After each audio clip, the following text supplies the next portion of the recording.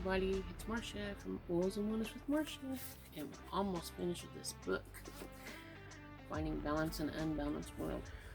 Why do I have to look at the book to figure out what the title is? I don't know, but I seem to do that every time.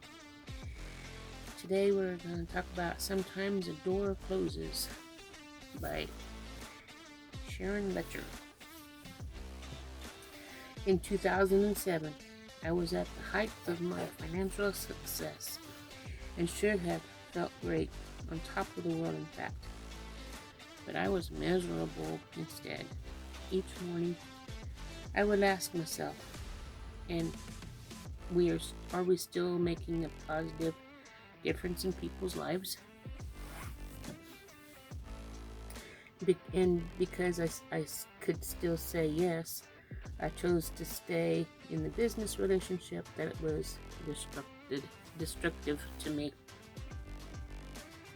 both spiritually and emotionally, because the business was still making a positive difference for other people's lives. It was a daily battle to keep the business on that positive course while maintaining the rigorous quality control that had successfully built a Rich Dad brand up to that point.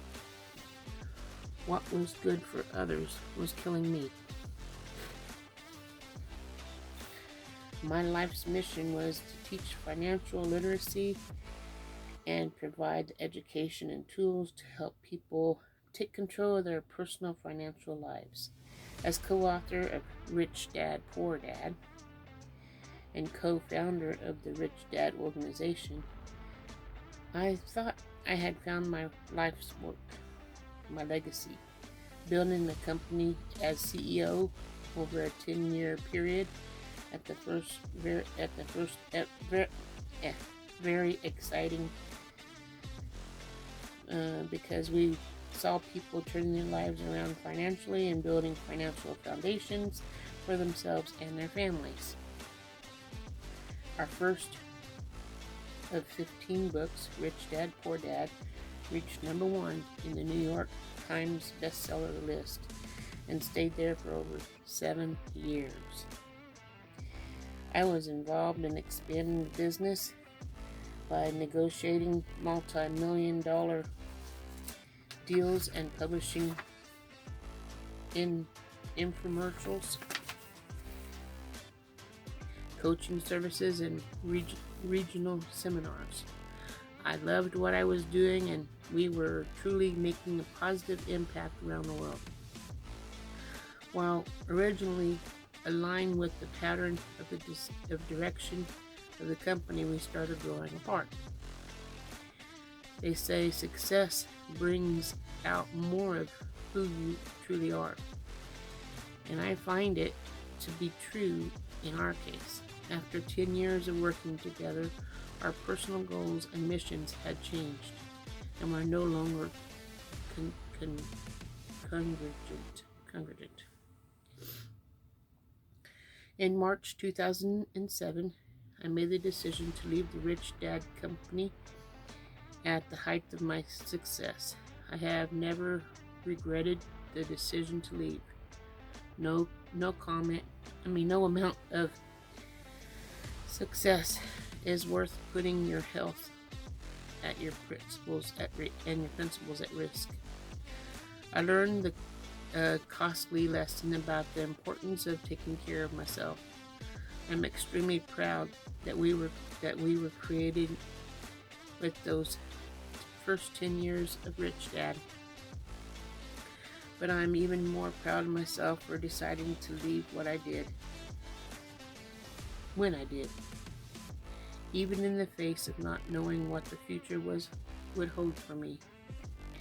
While I never regretted the decision to leave, there were many days when I felt lost and a little sorry for myself. We were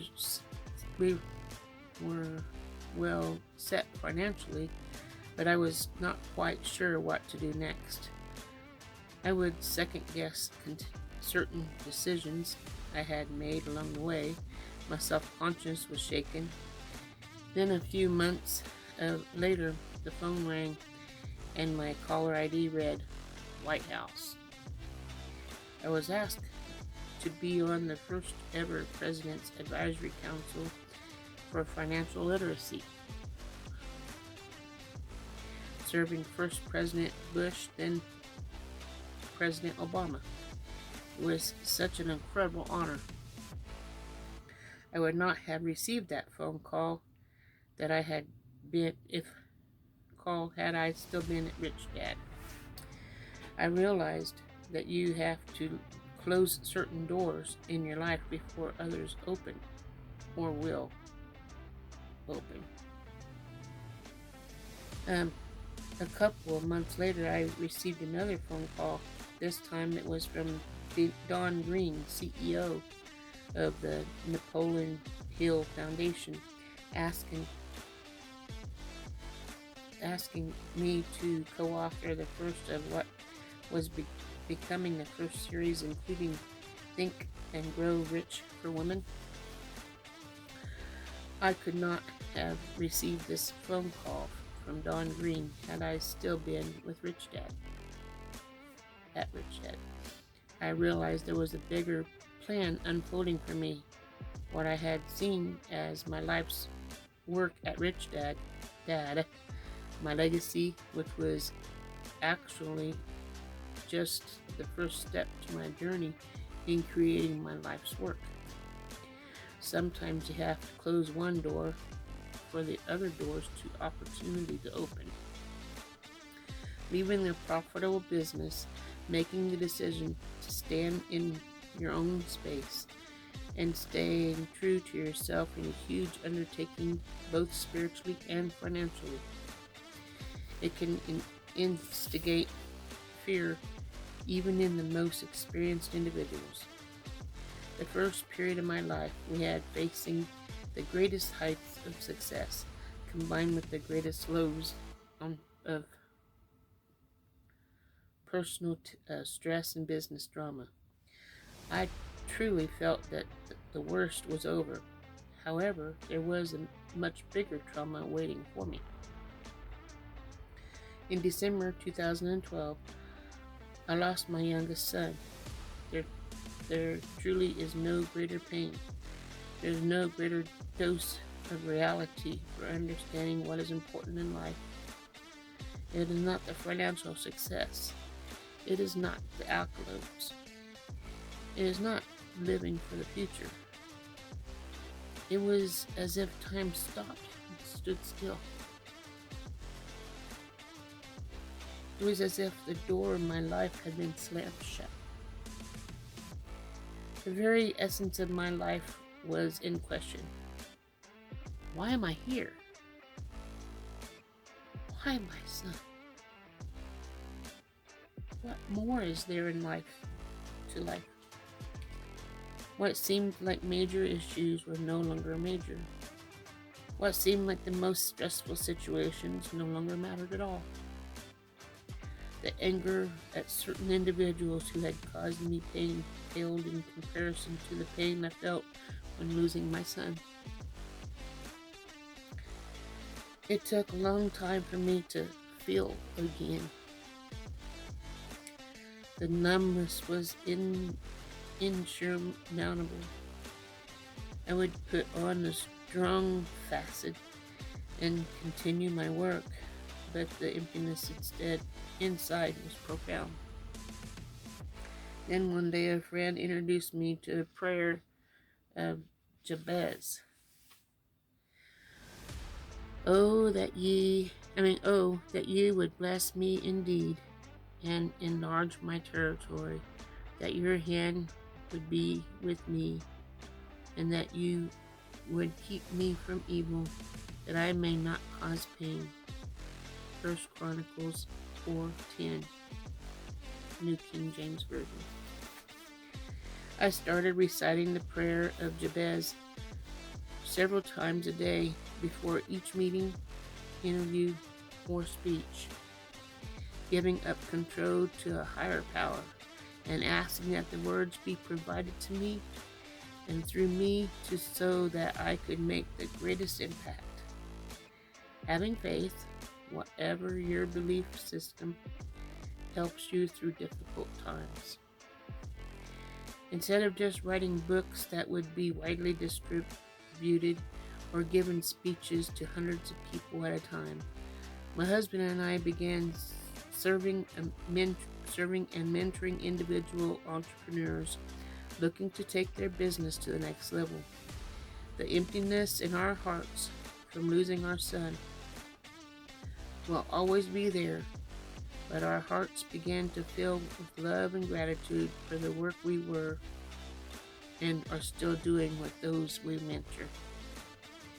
My journey has shown me the highest levels of the lowest lows.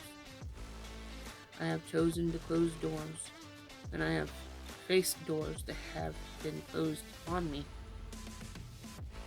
Each time forced me to face the future, to make a choice. Do I continue or give in to the circumstances and give up on the future? It has not been easy, but all of my life experiences, both good and bad, have come together to create who I am today.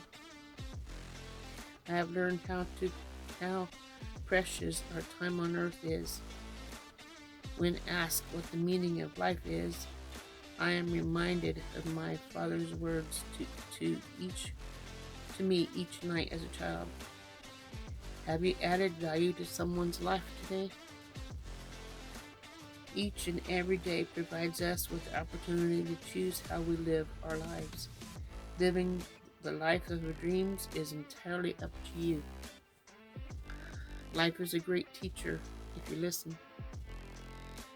Your experiences can direct your path if you're willing to learn.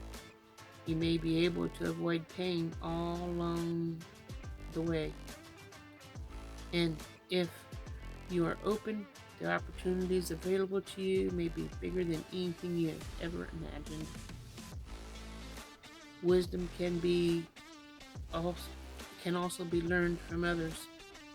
So what can be learned from the lifetime of listening, learning, and being open to more.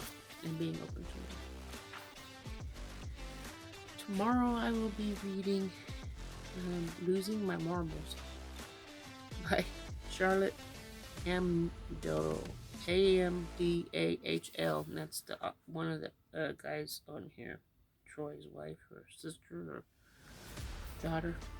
Anyway, I'll be reading that tomorrow, and I hope you guys enjoy this. And we have some in section 5 coming up. We have some things that we're going to be doing that's going to take a little bit of pencil and paper and brainwaves in our heads to accomplish what each one of us needs to do individually to finish this book. Hopefully you'll do it with me, at least one of you. And then we'll see if somebody participates. I might have a gift to give away when we're done. But let's get some participation, okay? Love you guys. See you tomorrow. Ta-ta.